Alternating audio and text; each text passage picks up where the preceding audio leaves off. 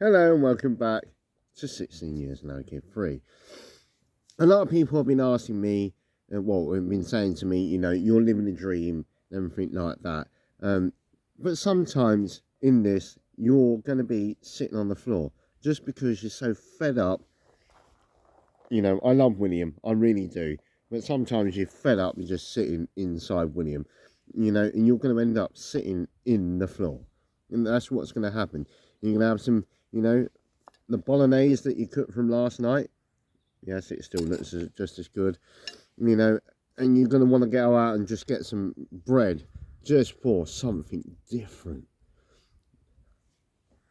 Even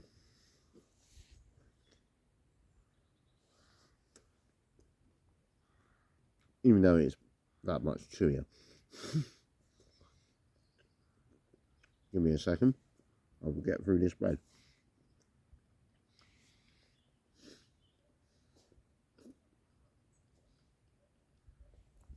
Yeah. And the skies tonight look absolutely great. Maybe pick it up and change the angle a little bit. No, they still look great. But yeah, that's my view. And it's still the case of I've still got washing up to do. As you can see down there, I've still got people looking at me tonight. Put that back there. Tonight, looking at me, it's just like, oh, well, he's going to litter, he's going to do this, he's going to do that. But no, I'm not. But that's the adventure of it. There's always good parts and bad parts, pros and cons of what you're going to do. But that is the point. You want to do this adventure, there is going to be good parts. There is going to be bad parts. And sometimes you sit on the ground for the sake of just sitting on the ground, that it isn't sitting inside your vehicle. And then there's other parts, somebody's just messaged me, there's other parts in it, where you're just like glad that you've got somewhere to stay. And the original reason that I picked William, or picked a car rather than a tent, is because the last time I was camping up in Scotland, and I was in a tent, literally the wind blew the tent flat. It was just absolute madness. And that's just like, one of them things was like, right, I want something that isn't going to collapse on me. I didn't have the money.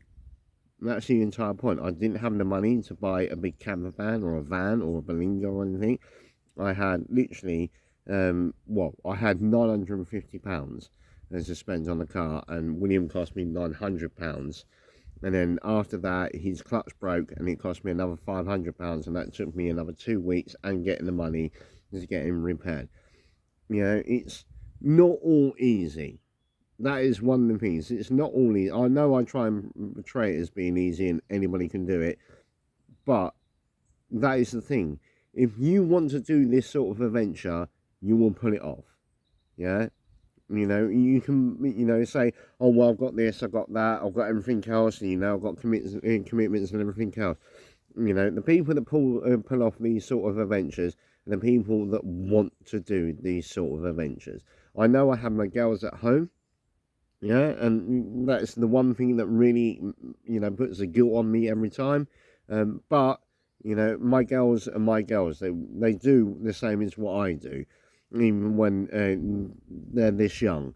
With Amelia, she still goes off and visits her friends. She doesn't sit at home all the time. She goes off. She goes in and does things.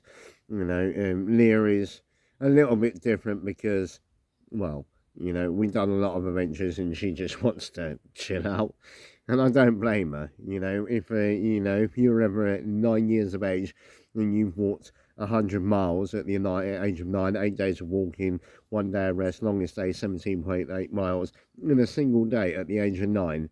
I don't think there's many adults that have done that. And then not only that, a month later do, a 300-mile trip to go and pick up a car by public transport with an 8-hour deadline, and then go off to North Wales, which is another 100 miles away, meet up with more people. And then even after that, to go back from there and do another 300 miles plus to North Wales, going through like Slate Mines and everything like that. And then not even that, and it's in February in 2020, just before all this lockdown stuff happened. You do 600 miles from down home all the way to King Loch Leven in a hurricane, to go to go skiing, just to go skiing, and then we're not used to big animals or anything like that down in Dungeness or Leeds or Romney Marsh where we come from, and then we're up there and we literally wanted to go out for a meal, ended up in a pub where you can get a meal, having a game of pool, came out and there's like a dozen stags with big antlers all there, and then we're looking at each other going, what are we going to do? And we're looking at the people in the bar and just like, no, it's just normal. Well, not for us. It's not for you. Yeah, if you want to do this sort of adventure, go for it. There's, it's that way it is. Go for it, please. I want everybody to travel. I want everybody to do everything that they do, to do. But don't turn around to somebody else that does this adventure and say, oh, you're living the dream. You can live that dream. You. As I always say, the person at the other end of that camera that's watching this video and watching me talking about it, you can live this dream. Yeah, there's nothing stopping you.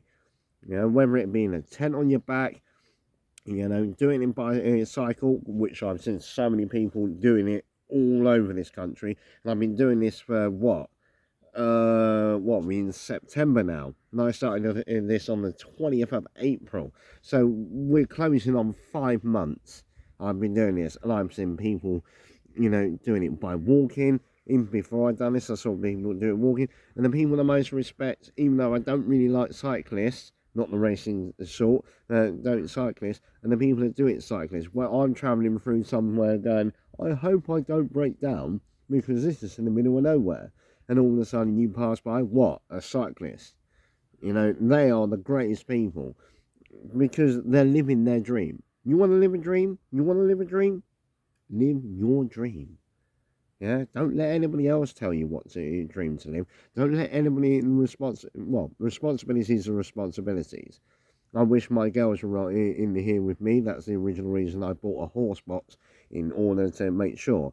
But my girls didn't want to do this. Yeah, but it's your dream.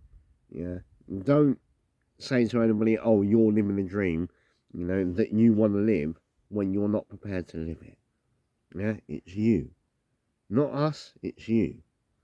And on that note, I'm going to eat my skinny mayonnaise before it gets cold, and as I always say, there's a dream, there's you, and as I always say, take it easy, keep adventuring, and love you, bye.